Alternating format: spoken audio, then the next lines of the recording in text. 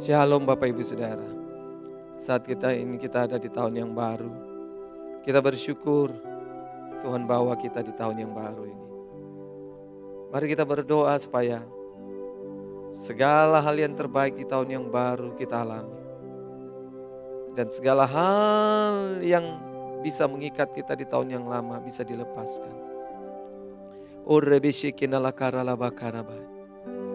Kami merasakan hadirat-Mu Tuhan. Engkau yang hadir di setiap kami, dimanapun kami berada. Di rumah-rumah, atau dimanapun kami sedang berlibur sambil menikmati persekutuan dengan Engkau dalam hadirat-Mu pada saat ini Tuhan. Romo bekerja. Buka hati Bapak Ibu Saudara. Ada sesuatu yang spesial yang Tuhan ingin nyatakan, berikan kepada setiap Bapak Ibu Saudara. Yang akan berbicara lebih kuat, lebih dalam, lebih tajam dari sekedar khotbah-khotbah yang saya sampaikan. Akan ada perkataan-perkataan profetik yang Bapak Ibu Saudara dengarkan secara khusus sementara khotbah disampaikan. Akan ada pewahyuan-pewahyuan yang lebih dari apa yang saya sampaikan. Tuhan akan bukakan sementara Bapak Ibu Saudara mendengar firman-Nya dalam hadirat Tuhan. Siapapun saudara, orang tua, orang muda, anak-anak, saudara mau diberkati Tuhan hari ini. Untuk melihat hal yang besar di tahun yang baru. Kami bersuka kepadamu Tuhan. Kami bersyukur kepadamu Tuhan. Kami bersyukur di tahun yang baru ini. Kami bersyukur. Kami tahu kalau Engkau masih bawa kami di tahun yang baru ini. Bukan untuk kalah tapi untuk menang. Bukan untuk hancur tapi menjadi semakin kuat. Bukan untuk berhenti tapi untuk semakin maju Tuhan. Untuk melihat kemuliaan demi kemuliaan, kemuliaan demi kemuliaan, kemuliaan demi kemuliaan, kemuliaan demi kemuliaan. Kemuliaan demi kemuliaan. Oh, kebesaran demi kebesaran, iman demi iman. Kami akan dibawa semakin serupa dengan Kristus Tuhan. Kami percaya. Karena Engkau selalu membawa yang terbaik pada kami. Membawa kepada yang terbaik pada kami. Terima kasih Tuhan. Karena itu biar sungguh-sungguh kami siap Tuhan. Untuk kami masuk ke tahun ini. Kami dengar firman-Mu. Kami dengar pernyataan-Mu yang khusus dan spesial. Lebih dari kata-kata hamba-Mu. Engkau akan wahyukan pada setiap orang. Singkapkan pada setiap orang yang dengar firman-Mu saat ini. Dalam nama Yesus, haleluya. Amin. Selamat tahun baru Bapak Ibu Saudara. Kasih tahu sama kiri kananmu. Walaupun tadi malam udah bilang selamat tahun baru, bilang lagi selamat tahun baru, Happy New Year. Jadi ada happy yang baru, ada sukacita yang baru. Kenapa? Karena rahmat yang baru Tuhan pasti curahkan. Hal-hal yang baru, yang baik, yang luar biasa Tuhan pasti berikan bagi setiap kita. Amin. Nah, hari ini saya ingin bicara tentang hati yang siap untuk tahun 2021. Sekali lagi, hati yang siap untuk tahun 2021. Saya berdoa bahwa apa yang sudah terjadi di tahun 2020 itu untuk mempersiapkan kita. Untuk membuat kita bisa yakin, kita bisa bebas, kita bisa merdeka di tahun 2021 ini. Jadi hari ini Bapak Ibu Saudara, mari kita sungguh-sungguh buka hati kita siapkan. Mari kita lihat pembacaan kita yang pertama, bahwa hati kita memancarkan apa yang ada di dalamnya. Sekali lagi, kenapa saya bicara tentang hati yang siap untuk tahun 2021? Karena hati kita memancarkan apa yang ada di dalamnya. Mari kita lihat Amsal 4 ayat 23. Amsal 4 ayat 23 berkata, jagalah hatimu dengan segala kewaspadaan. Karena dari situlah terpancar kehidupan. Jadi sekali lagi, jagalah hatimu dengan segala kewaspadaan. Karena dari situlah terpancar kehidupan. Jadi kenapa saya bicara tentang sikap hati? Dari sikap hatilah yang akan terpancar kehidupan. Sebenarnya terpancar ini memantulkan kehidupan. yang kita terima. Jadi kalau Bapak Ibu Saudara terima negatif, pantulnya negatif. Kalau Bapak Ibu Saudara terima positif, pantulnya positif. Kalau Bapak Ibu Saudara menerima hal yang baik, pantulnya hal yang baik. Kalau Bapak Ibu Saudara menyimpan hal yang baik, akan memantulkan, akan memancarkan hal yang baik. Menerima kehidupan, memancarkan kehidupan. Menerima kematian, memantulkan, memancarkan kematian. Nah, saya suka dalam beberapa terjemahan, dalam terjemahan bahasa Indonesia masa kini, dikatakan seperti ini. Hatimu menentukan jalan hidupmu. Pastor, baru awal tahun kok sudah bicara tentang sikap hati. Orang kita belum lewati kok, kita belum jalani.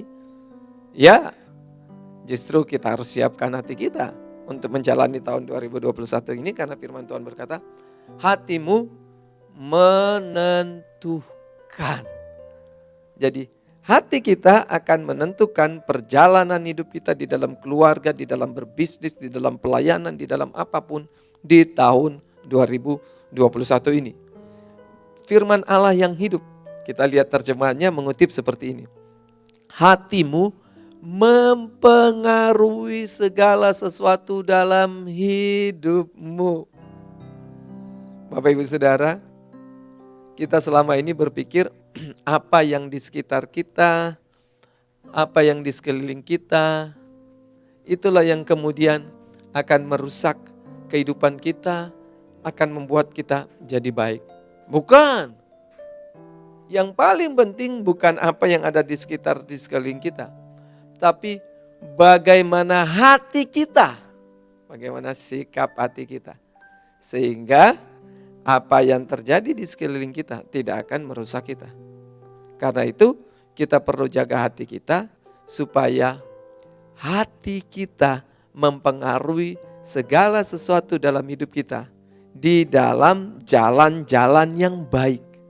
Sekali lagi, hati kita mempengaruhi jalan-jalan hidup kita di dalam hal-hal yang baik. Nah, kita belajar selanjutnya.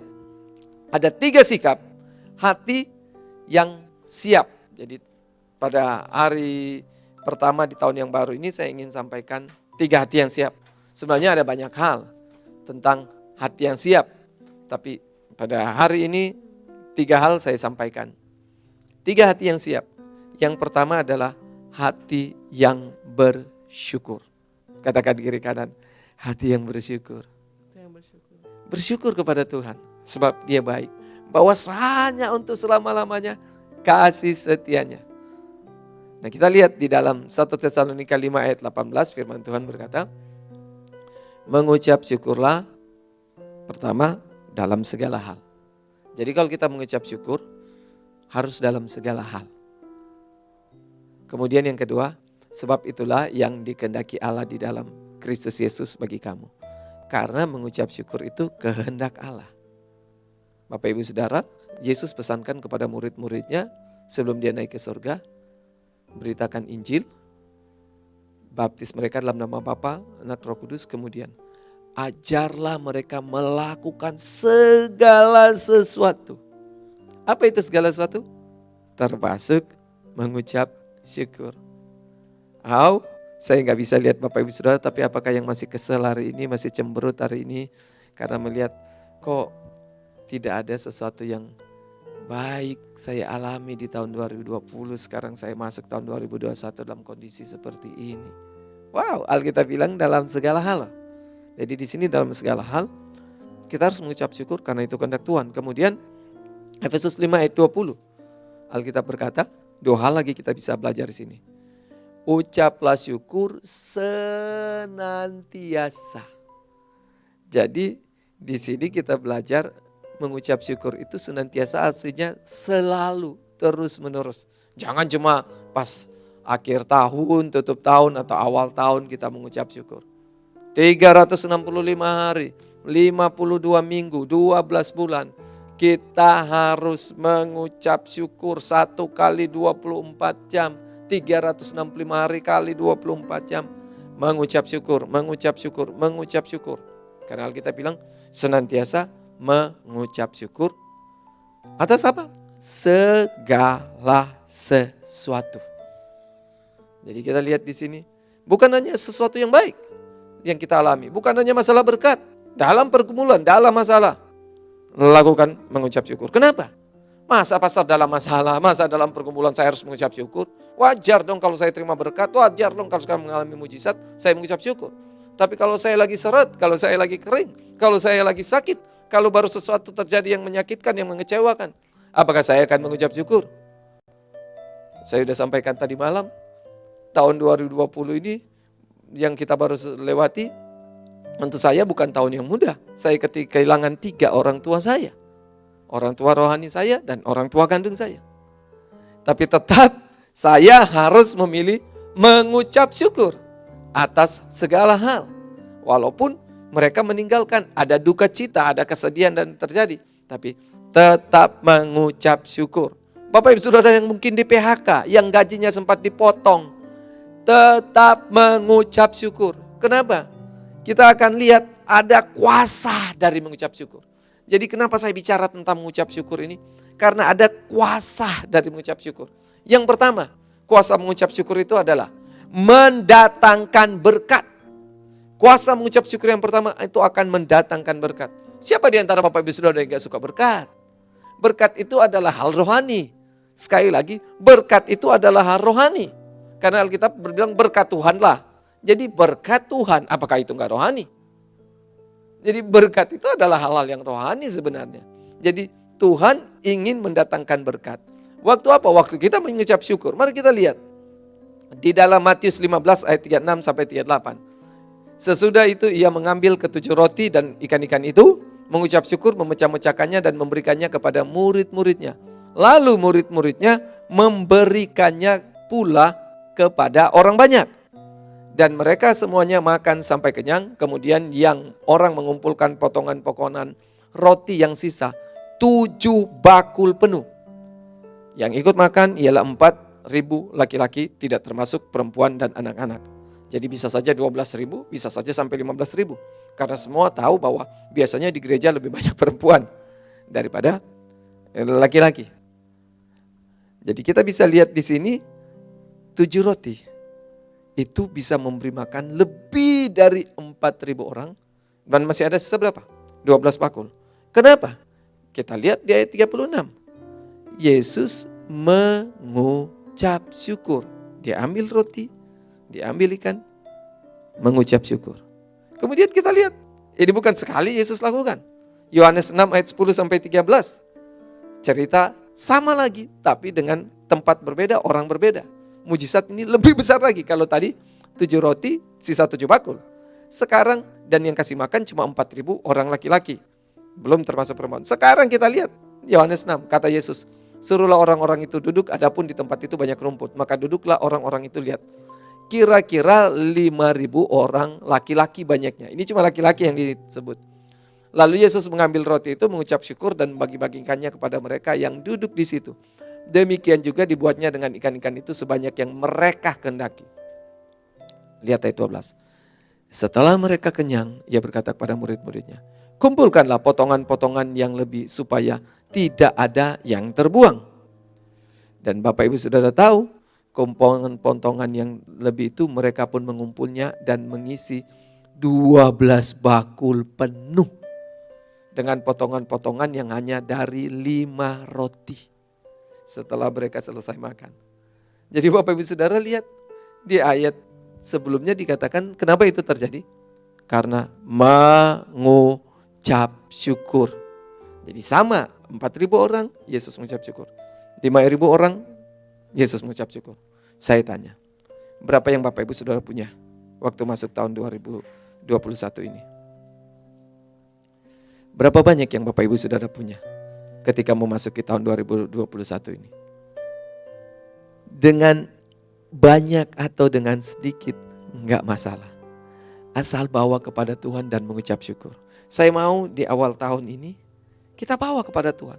Berapa banyak pun yang kita punya, mengucap syukur. Karir yang kau punya, posisi yang kau punya, keluarga yang kau punya, bisnis yang kau punya, uang yang kau punya, apapun yang kau punya, bawa kepada Tuhan dan mengucap syukur. Walaupun kelihatannya mustahil, enggak mungkin, ini enggak cukup. Ini nggak sanggup. Mungkin Bapak Ibu sudah berkata, saya dapat janji Tuhan saya akan dipromosikan. Tapi saya lihat kayaknya di perusahaan saya ini nggak mungkin. Kalau saya lihat sekarang kapasitas yang saya punya ini nggak mungkin. Bahwa saya akan sampai ke posisi itu untuk tahun 2021. Bahwa saya akan dipromosikan. Atau mungkin bisnis Bapak Ibu Saudara. Kalau lihat tahun ini kayaknya nggak mungkin. Lihat tahun 2020 kayaknya nggak mungkin. Kemudian lihat yang saya capai baru sedikit ini. Apakah bisa terjadi? Percaya ada mujizat pelipat gandaan waktu kita bersyukur Bapak Ibu Saudara. Kasih tahu kiri kanan, ayo bersyukur. Bilang sama suami, bilang sama istri, ayo bersyukur. Bilang kepada anak-anak, ayo bersyukur. Dengan apa yang kita punya, bawa kepada Tuhan, ucapkan syukur, Tuhan akan lipat gandakan. 7 jadi sisa 12 bakul. 5 jadi sisa 7 jadi sisa 7 bakul, 5 jadi sisa 12 bakul. Jadi Bapak Ibu Saudara lihat, semakin kecil, semakin besar berlipat gandaan. Nggak masuk di logika, nggak sesuai dengan hitungan matematika. Semakin kecil, semakin besar pelipat gandaan, semakin banyak yang bisa dihasilkan. So, lihat kuasa mengucap syukur. Kemudian yang kedua, mengucap syukur itu mendatangkan mujizat. Kita lihat di dalam cerita tentang Lazarus, Yohanes pasal 11, ayat 41 dan 44. Maka mereka mengangkat batu itu, lalu Yesus menengadah ke atas dan berkata, lihat, Bapa, aku mengucap syukur kepadamu. Ini di depan kuburan Bapak Ibu Saudara, Yesus mengucap syukur. Orang bilang ini orang sudah gila, sudah mati 4 hari, sudah berbau busuk di kuburan. Sementara saudara-saudara dari Lazarus lagi nangis-nangis. Dia datang dan dia mengucap syukur. Mereka kelihatannya Yesus gak punya empati ya. Mereka lagi nangis, Yesus datang berdiri di depan kubur. Disaksikan oleh banyak orang kalau Bapak Ibu sudah lihat cerita di situ. Yesus mengucap syukur. Kemudian ayat 44. Orang yang telah mati itu datang keluar. Kaki dan tangannya masih terikat dengan kain kapan dan mukanya tertutup dengan kain peluh. Kata Yesus pada mereka, bukalah kain-kain itu dan biarkan dia pergi. Wow, ini luar biasa. Waktu Yesus mengucap syukur, orang yang telah mati itu datang keluar. Hey, apa yang mati di tahun 2020 akibat pandemi COVID-19? Apakah bisnismu? Apakah peluang usahamu? Apakah karirmu mandek? Apakah potensi pengembangan dari hidupmu terhenti? Apakah studimu terhenti? Masa depanmu terhenti? Perencanaan-perencanaanmu terhenti? Bahkan mati akibat pandemi COVID-19 atau banyak hal yang terjadi di dalam hidupmu? Dengar kata firman Tuhan. Waktu Yesus mengucap syukur, orang yang telah mati itu datang keluar. Waktu kita mengucap syukur, kita lihat hal yang sudah mati itu datang keluar. Artinya bangkit, bangkit, bangkit, bangkit, bangkit. Jadi apa yang harus dilakukan? Mengucap syukur pada Tuhan. Jadi kenapa saya ingin bicara ini? Ini sikap hati yang luar biasa Bapak Ibu Saudara. Makanya kan kita kalau bersin kita bilang bless you, bless you. Karena apa? Kita latih mengucap syukur kepada Tuhan. Walaupun sedikit. Bahkan bukan cuma sedikit, sudah gak mungkin sudah mati. Waktu kita mengucap syukur, itu akan dibangkitkan, keluar lagi. Dan yang ketiga ini luar biasa. Banyak berkat dari mengucap syukur. Kita lihat yang ketiga. Yang ketiga ini 3 aja saya sampaikan. Menguatkan hati. Jadi Bapak Ibu Saudara, berapa banyak yang perlu dikuatkan hati hari-hari ini? Karena kondisi, karena hal-hal yang berat. Saya mau kita masuk di tahun 2021 ini dengan mengucap syukur sehingga dalam sekejap, dengar baik-baik, dalam sekejap semuanya bisa berubah. Kan Bapak Ibu sudah lihat mujizat tadi, roti, mujizat orang mati bangkit. Dalam sekejap, sama, saya berdoa dalam sekejap, saat ini, apapun yang membuat kita berat, yang membuat kita sedih, yang membuat hati kita tawar, yang membuat hati kita lemah, waktu kita mengucap syukur, hati kita jadi kuat. Lihat, ada 2 ayat yang mendukung hal ini. Ini dilakukan oleh Paulus. Kisah Rasul 27. Ini cerita mereka sudah terombang-ambing di tengah laut. Sudah gak ada harapan lagi. Bahkan akhirnya kapalnya itu pecah. Sehingga orang-orang menjadi lemah, tawar hati. Tapi lihat ayat 35. Sesudah berkata demikian, ia mengambil roti. Lihat. Mengucap syukur kepada Allah. Di hadapan semua mereka. Memecah-mecahkannya, lalu mulai makan. Maka kuatlah hati semua orang itu dan mereka pun makan juga. Jadi saya beritahu pada Bapak Ibu Saudara. Mungkin Bapak Ibu Saudara bilang, oh ini dia mengucap syukur terhadap roti. Dengar baik-baik. Bukan roti yang buat mereka jadi kuat. Siapa yang setuju bahwa bukan karena makan, hati kita jadi kuat. Ada orang yang justru karena lagi stres, tambah gemuk, berapa? Banyak makan. Halo, saya nggak lagi nyinggung loh. Lihat ayat 36 bilang begini, maka kuatlah hati semua orang itu dan mereka pun makan juga. Artinya hati mereka jadi kuat dulu, baru mereka makan.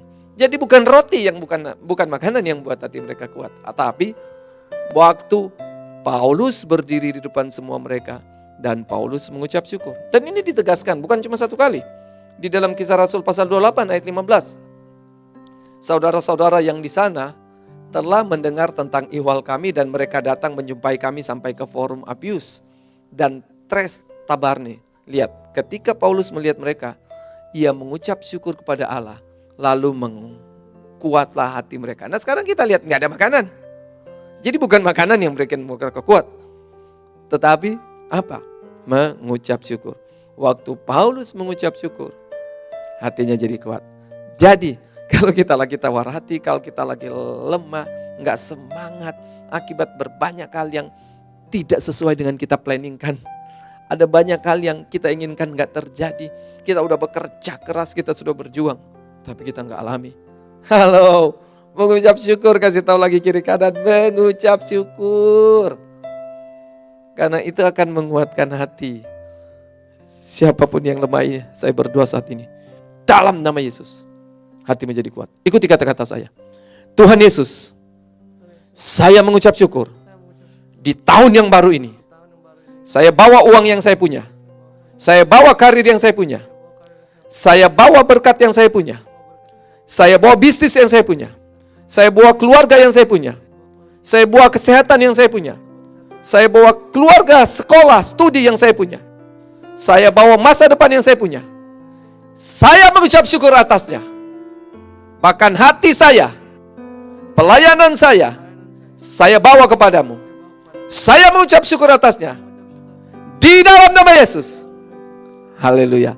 Jadi kuat hati Bapak Ibu Saudara sekarang. Kuat, rasakan. Jadi semangat lagi.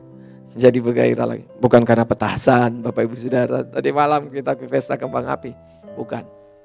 Tapi karena kita mengucap syukur. Kemudian kita lihat yang kedua.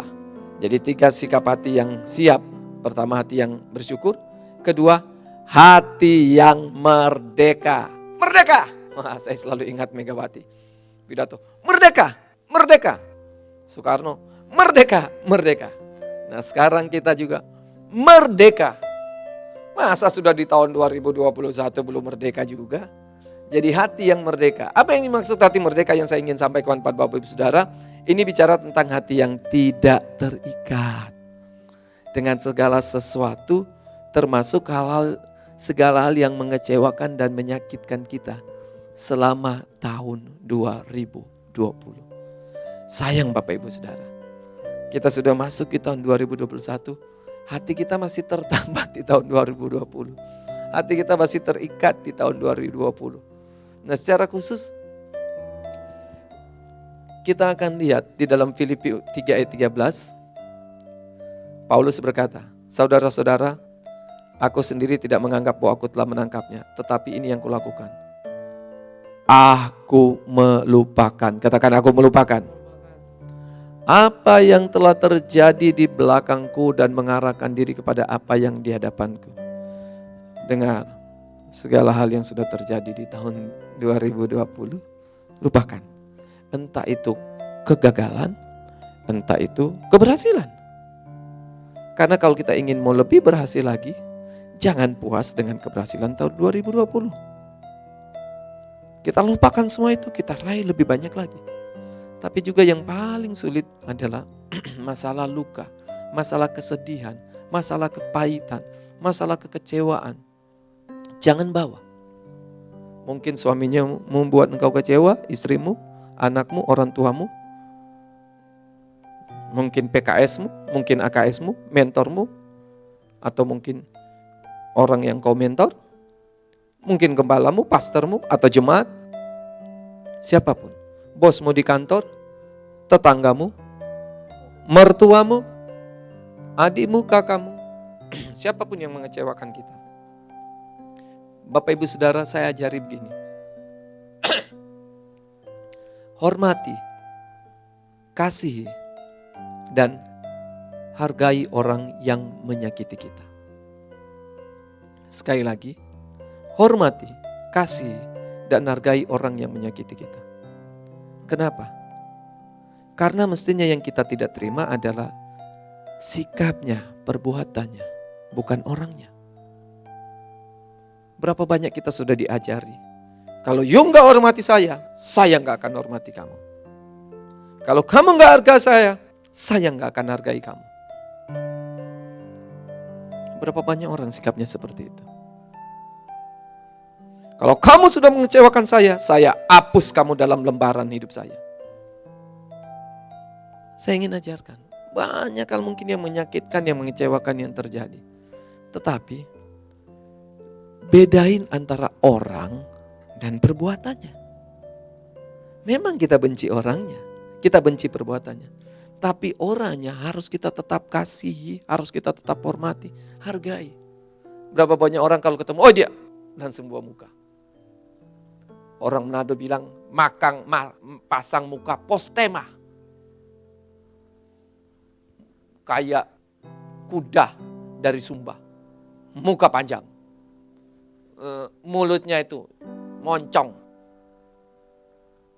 Kita gak mau lihat, kita gak mau hargai. Atmosfer lagi berubah. Ketika orang itu hadir tiba-tiba langsung berubah. Bukan manusia yang baik, yang jahat. Apakah itu orang yang menyebabkannya? Bukan, hatimu lah yang menyebabkan itu. Karena sikap hatimu yang siap, itulah yang menyebabkan hal tersebut. Jadi saya ingin ajarkan. Kenapa? Karena Tuhan mengasihi semua manusia, bukan karena perbuatannya, tapi karena manusia adalah ciptaannya yang berharga. Perhatikan, Tuhan mengasihi manusia, bukan karena perbuatannya, tetapi karena manusia adalah ciptaannya yang berharga dan mulia. Ayat yang sangat terkenal, yang paling terkenal di dalam Alkitab, Yohanes 3 ayat 16. Alkitab bilang, karena begitu besar kasih Allah akan dunia ini. Apakah Yesus mengasihi dunia? Enggak. Dunia akan dihukum. Dunia ini akan lalu.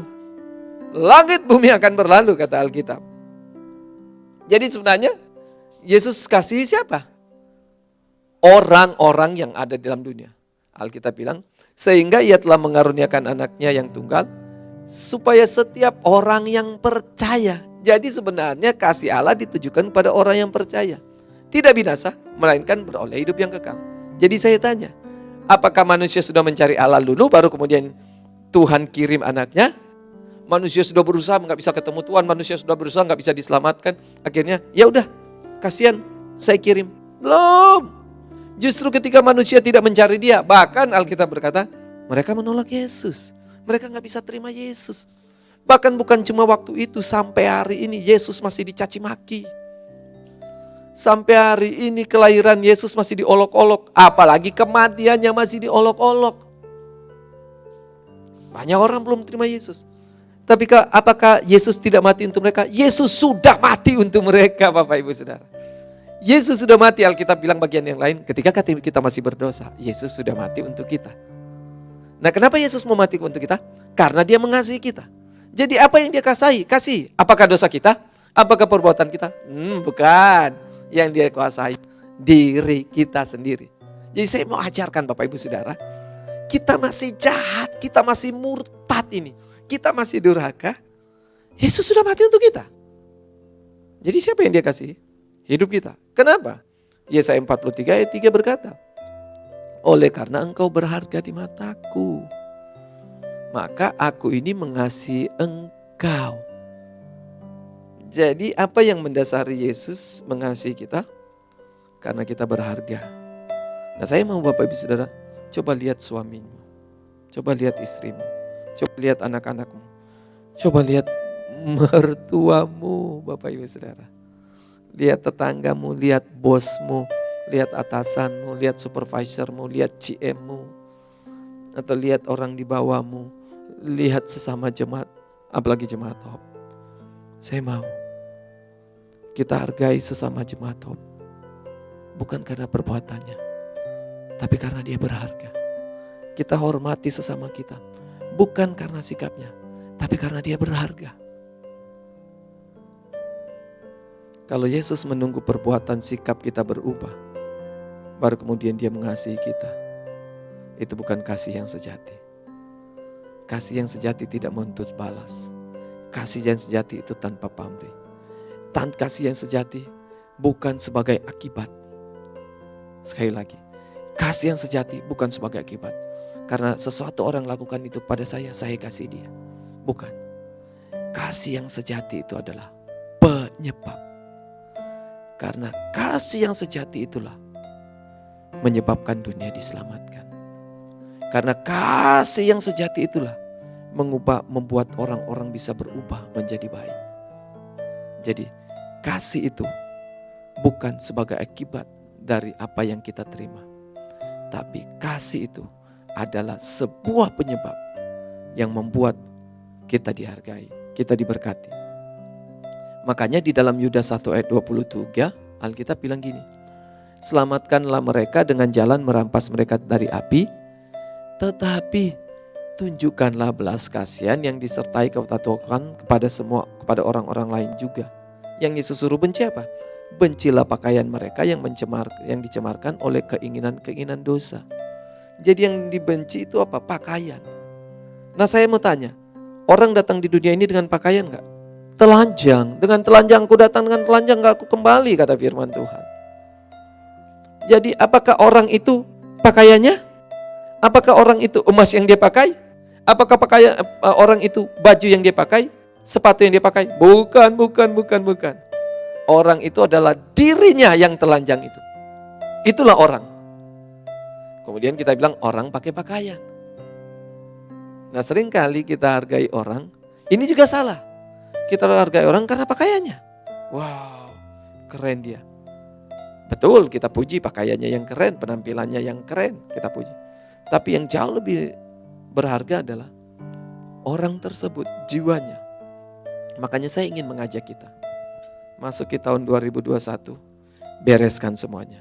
Kalau masih ada ganjalan di hati kita, kalau masih ada yang membelenggu kita, masih ada yang mengikat kita nggak akan bebas di tahun 2021 ini. Kita tidak akan mengalami damai sejahtera. Bapak Ibu Saudara tidak akan mengalami sukacita, tidak akan mengalami damai sejahtera kalau penuh dengan rasa kesal, rasa benci, rasa dendam, amarah kepada orang-orang yang sudah mengecewakanmu di tahun 2020. Saya mau mulai sekarang waktu engkau pergi ke kantor, saudara hormati, hargai bosmu. Karena dia satu pribadi, bukan karena perbuatannya atas engkau. Justru sebaliknya, kita selamatkan orang tersebut. Alkitab bilang rampas mereka dari api. Karena perbuatan mereka adalah perbuatan jahanam dari api neraka. Memang mereka belum masuk neraka, mereka ada di sini. Tapi kehidupan mereka adalah kehidupan neraka.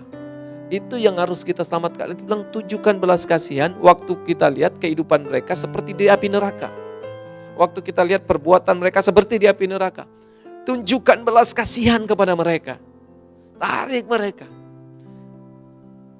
Kalau sudah ingin jadi pemimpin yang berhasil, jangan hanya hargai, hormati orang tersebut karena apa yang dia buat.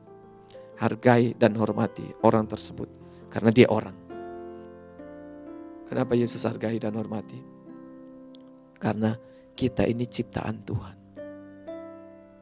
Karena kita ciptaan Tuhan, maka dia hargai, dia hormati kita. Dia sangat mengasihi kita. Yang ketiga, yang terakhir, hati yang murah. Wih, kok ada hati yang murah, Pastor? Bukan. Ini hati yang murah, ini bicara tentang kemurahan hati. Jadi bukan bicara tentang hati yang murah, bukan bicara murahan. Sekali lagi, bukan bicara murahan.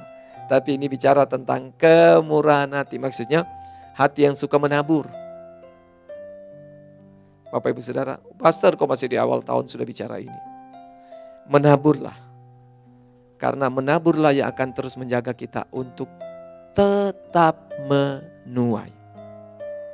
Sesulit, sekering apapun, tetaplah menabur. Wah, apa maksudnya pastor? Ya, ini untuk kita. Tadi malam saya sudah katakan bahwa apa yang kita kerjakan, Tuhanlah yang melakukannya untuk kita. Kenapa? Karena Tuhan gak pernah butuh uang kita. Tuhan gak pernah butuh tenaga kita. Tuhan gak pernah butuh harta kita. Dia bisa mengerjakan semuanya. Batu-batu aja bisa memuji Tuhan. Pohon-pohon aja bisa bertepuk tangan. Jadi tanpa kita sebenarnya bisa. Tapi Tuhan ingin mengerjakannya untuk kita. Melakukannya untuk kita. Sesulit dan sekering apapun, tetaplah menabur. Kejadian 27 ayat 12 sampai ayat 13. Kejadian 27 lagi. Ya, Kejadian kita lihat ayat 12. Maka ayat Kejadian 26, bukan 27, Kejadian 26. Maka menaburlah Ishak di tanah itu. Dan dalam tahun itu juga ia mendapat hasil 100 kali lipat sebab ia diberkati Tuhan. Dan orang itu menjadi kaya. Kian kaya, kian lama kian kaya. Sehingga ia menjadi sangat kaya. Berapa banyak yang ingin mengalami ini? Harus dimulai dengan apa? Menabur. Kalau Bapak Ibu sudah baca latar belakang cerita di Kejadian 26 ini bicara tentang mereka orang keluarganya Ishak ini mengungsi ke Gerar. Nah dari Gerar mereka mau pergi ke Mesir. Kenapa? Karena ada kekeringan yang parah di Gerar.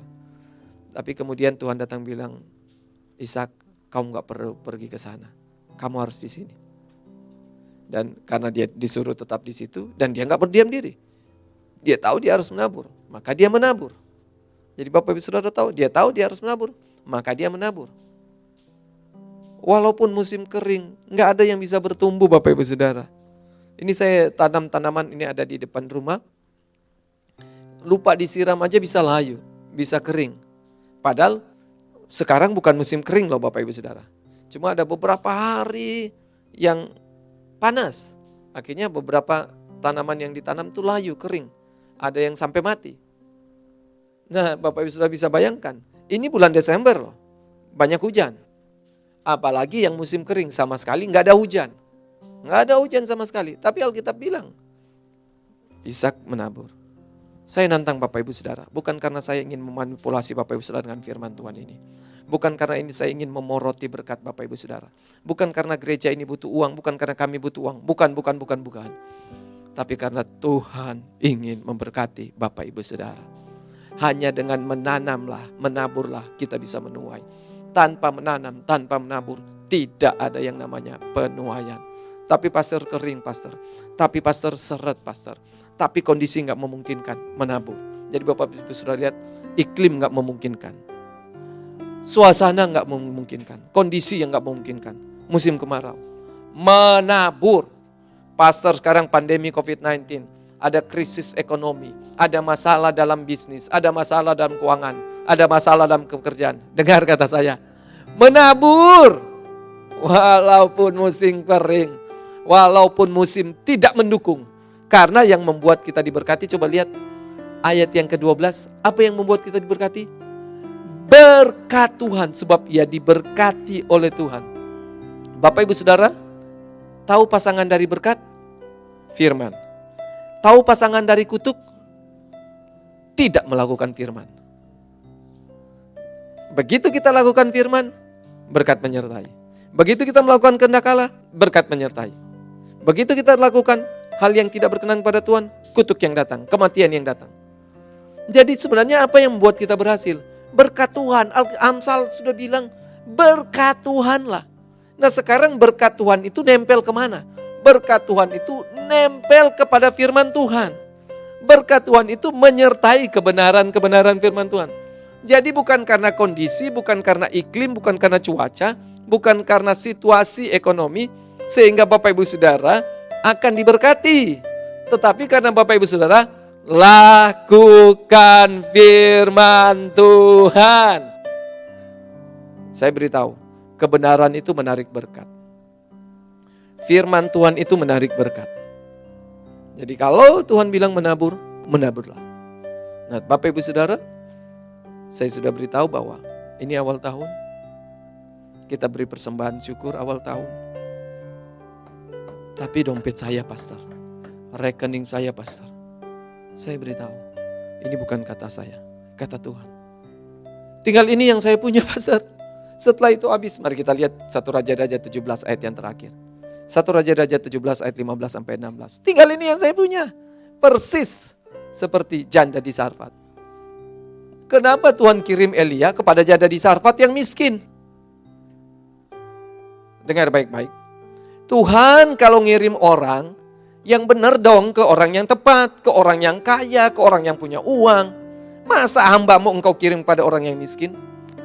Karena Tuhan mau orang miskin itu terlepas dari kemiskinannya, terlepas dari kekurangannya, terlepas dari kelaparannya. Justru Tuhan ingin memelihara orang miskin itu di musim kemarau.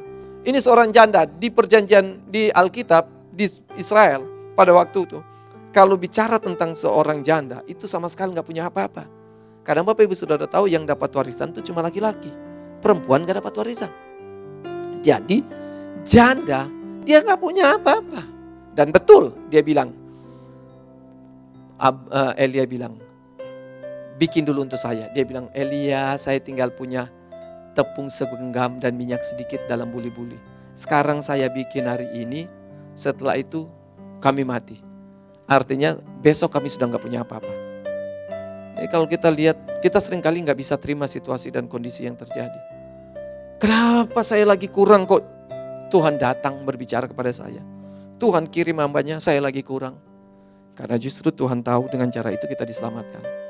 Jadi Elia bilang, bikin dulu untuk saya. Layani saya dulu. Akhirnya apa yang dilakukan oleh perempuan itu? Lalu pergilah perempuan itu dan berbuat seperti yang dikatakan oleh Elia.